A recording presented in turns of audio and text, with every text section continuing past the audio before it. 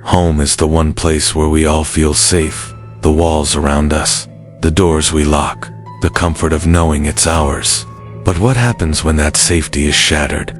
Tonight, you'll hear 3 terrifying true stories of home invasion, when strangers force their way into ordinary people's lives, turning the place they trusted most into a nightmare. These aren't just stories of break-ins, they're chilling reminders that sometimes the real horror begins the second someone steps inside. It was a cold February night in 2014 when Lauren, a 29-year-old teacher, returned to her small, one-bedroom apartment after a long day. She lived alone in a quiet neighborhood, the kind of place where nothing ever seemed to happen. She locked her door, dropped her bag on the counter, and made herself some tea. The streets outside were silent, with only the occasional sound of a car passing by. For Lauren, it felt safe, almost too safe. Around 11:30 p.m., she settled into bed with a book, her cat curled up beside her. She was halfway through a chapter when she heard a soft, deliberate click coming from her front door. She froze. At first, she thought maybe she imagined it, but then came the unmistakable sound of the doorknob turning slowly, as if someone was testing it. Her heart raced. She knew she had locked it. Lauren turned off her bedside lamp, plunging the room into darkness. She grabbed her phone with shaking hands and dialed 911, whispering to the operator that someone was trying to get into her apartment. The dispatcher told her to stay quiet and remain on the line. Moments later, the lock clicked again, louder, this time followed by the slow creak of the door opening. Lauren's blood ran cold. She could hear footsteps heavy, deliberate moving into her living room. She pressed her hand over her mouth to stifle a scream. The operator whispered in her ear, telling her to stay calm, that officers were on the way. But Lauren knew it could take minutes, maybe longer, and she wasn't sure she had that kind of time. The footsteps grew closer, moving down the hallway toward her bedroom. She could hear the faint sound of breathing now, low and uneven. Whoever it was, they weren't rushing. They were taking their time, like they knew she was there and wanted her to hear them coming.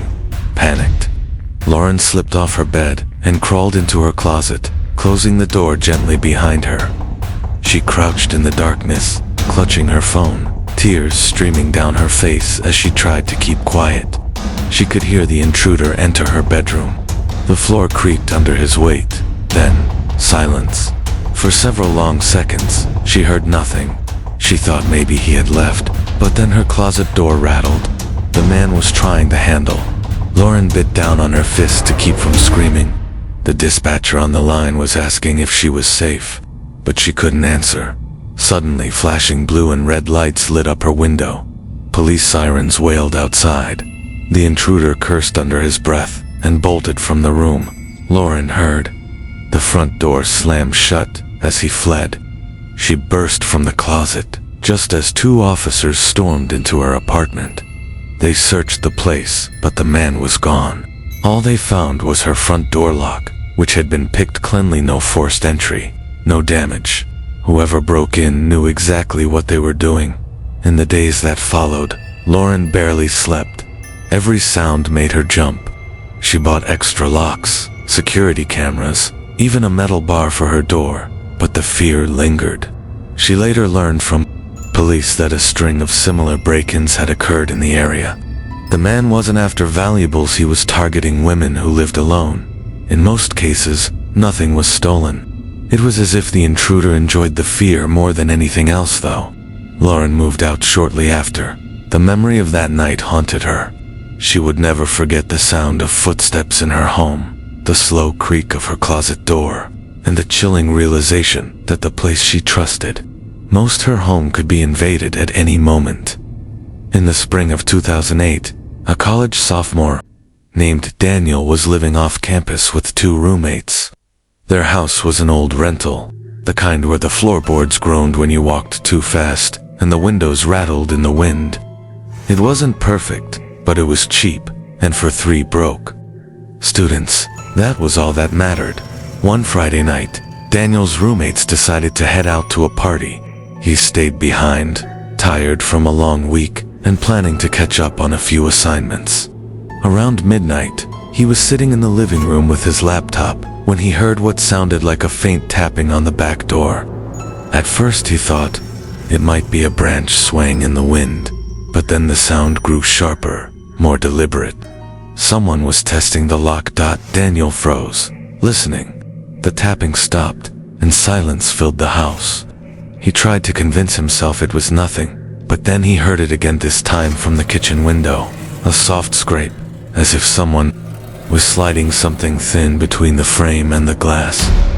His heart began to race. He quickly turned off his laptop and the living room lights, hoping whoever was outside would think no one was home. Seconds later, the sound of the window sliding upward pierced the silence. Daniel's blood ran cold. Someone was coming in. He bolted for the stairs, heart pounding so loudly he thought the intruder might hear it. As he reached the top step, he heard heavy boots hit the kitchen floor. A man's low voice muttered something he couldn't make out. Daniel ducked into his bedroom, locked the door, and pressed himself against it. Praying it would hold. From downstairs came the sound of cabinets opening and drawers being rummaged through. The intruder wasn't being careful. He was tearing the place apart. Daniel dialed 911 with trembling fingers, whispering into the phone that someone had broken into his house. The dispatcher told him officers were on the way, but Daniel knew. Every second felt like an eternity. The footsteps grew louder as the man began climbing the stairs. Daniel's body shook uncontrollably. He grabbed a baseball bat from under his bed and clutched it tightly, though he knew it wouldn't do much against whoever was out there. The intruder tried the first door at the top of the stairs. It was one of his roommate's rooms. The knob rattled, then silence, then footsteps moving toward Daniel's door. The handle twisted violently, once, twice, then harder. Daniel pressed all his weight against it, his heart slamming against his chest. The man let out a frustrated growl and pounded on the door so hard the frame shook. Daniel whispered into the phone, begging the dispatcher to hurry. The man kept slamming the door, over and over, until suddenly he stopped. The house fell silent again. Daniel's breath caught in his throat. He waited, every muscle tense, listening for movement. Then, from downstairs, he heard the faint sound of sirens in the distance. The intruder must have heard them too, because the next thing Daniel heard was the sound of the back door slamming shut. When police arrived minutes later, the house was a wreck. Drawers had been pulled out, cushions slashed, and cabinets overturned, but nothing valuable seemed to be missing. It was as if the intruder wasn't looking for money or electronics, he was just searching. The police told Daniel this wasn't the first break-in reported in the neighborhood. Other students had described similar encounters, a man breaking in, ransacking their homes, but rarely stealing anything. In one case, a girl had woken up to find the man standing in her bedroom, just staring at her before bolting when she screamed. Daniel never forgot that night. Even after he moved out, the sound of a window sliding open would send chills down his spine. For years, he slept with the bat by his bed, unable to shake the memory of those heavy footsteps on the stairs, the pounding on his door, and the realization that someone had been inches away from getting to him. Because sometimes, it isn't about what an intruder wants to take. Sometimes, it's about the fear they leave behind. The fear that follows you long after the locks have been changed. In 2012, a single mother named Rachel lived with her 7-year-old daughter, Emily, in a small suburban house just outside of town. It wasn't fancy, but it was theirs, and Rachel worked hard to make it feel safe and warm. Every night, she followed the same routine, locked the doors, checked the windows, and tuck Emily into bed with a kiss on the forehead on a Friday night in November. Rachel put Emily to sleep, poured herself a glass of wine, and sat on the couch to watch TV. Around 11 p.m., she heard a noise outside like gravel crunching under footsteps. She muted the television and listened. At first, she thought it might be a neighbor, but the sound was coming from her side yard. Slowly, it grew louder, moving toward the back of her house. Her stomach tightened. She crept to the kitchen window and peeked through the blinds. In the dim glow of the porch light, she saw a shadow moving near the back door. Before she could react, the handle jiggled violently. Someone was trying to get in. Rachel's heart raced. She rushed upstairs, grabbed Emily from her bed, and whispered for her to stay quiet. She locked them both in the bathroom, clutching her phone as she dialed 911. The dispatcher told her officers were on the way, but she could already hear the sound of glass shattering downstairs. The intruder had broken in. The man's footsteps echoed through the house. He wasn't being quiet, he was stomping heavily, opening doors, knocking things over. Rachel held Emily close, covering her mouth to keep her from crying out. The footsteps moved into the kitchen, then the living room, then slowly began climbing the stairs. Rachel's hands shook as she tried to hold the bathroom door handle steady. She could hear the man breathing, muttering something under his breath as he moved closer. Then came the sound of her bedroom door creaking open, the floorboards groaning under his weight. The intruder tried the bathroom door. The handle turned once, then again, harder this time. Rachel pushed all her weight against it, whispering prayers under her breath. Emily buried her face in her mother's chest, trembling. The man began pounding on the door, each hit louder than the last. Rachel thought the wood would splinter. Suddenly, the man stopped. For a few seconds, there was silence. Then Rachel heard the sound of him dragging something heavy across the floor. A chair. He was wedging it under the bathroom door handle. He was trapping them inside. Rachel's blood ran cold. She screamed into the phone for the dispatcher to hurry, but all she could hear was the operator telling her to stay calm, that officers were close. The man laughed softly on the other side of the door. Then his footsteps faded, moving back down the stairs. Moments later, flashing lights filled the windows, and sirens blared outside. The intruder bolted, kicking open the front door and vanishing into the night just as officers arrived. Police rushed inside, freeing Rachel and Emily from the bathroom.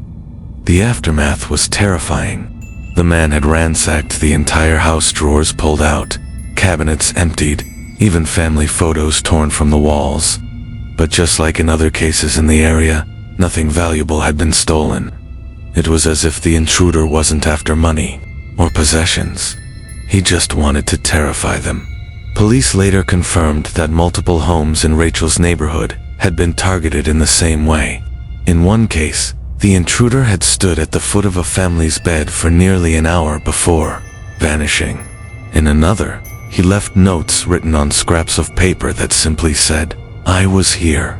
Rachel never felt safe again. She moved in with her sister, unable to stay another night in that house. Emily had nightmares for years, waking up screaming that someone was at the door. Even with therapy, the memory lingered, the pounding on the bathroom door, the sound of that chair dragging across the floor, and the chilling laugh of a man who seemed to enjoy their fear more than anything else. Because sometimes, home invasions aren't about theft. Sometimes, they're about control, about power, about knowing they've shattered the one place you thought was untouchable, your home. If these stories left you uneasy, that's because they remind us of something most of us try to ignore, that the place we call home isn't always the safe haven we think it is. Doors can be locked, alarms can be set, but if someone wants to get in badly enough, sometimes they will. And the most terrifying part isn't what they take, it's the fear they leave behind. So the next time you settle into bed and hear an unexplained creak in the hallway or a faint sound at the window, remember these stories. Maybe it's nothing, but maybe it is single quotes. If tonight's stories chilled you, make sure to hit that like button and subscribe so you never miss more terrifying true horror stories.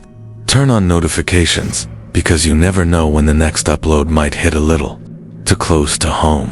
And if you've ever had a frightening encounter of your own, whether it was a break-in, a stranger lurking outside, or something you can't explain. Share it in the comments below. Stay safe, stay alert, and remember, sometimes the real monsters aren't in your nightmares.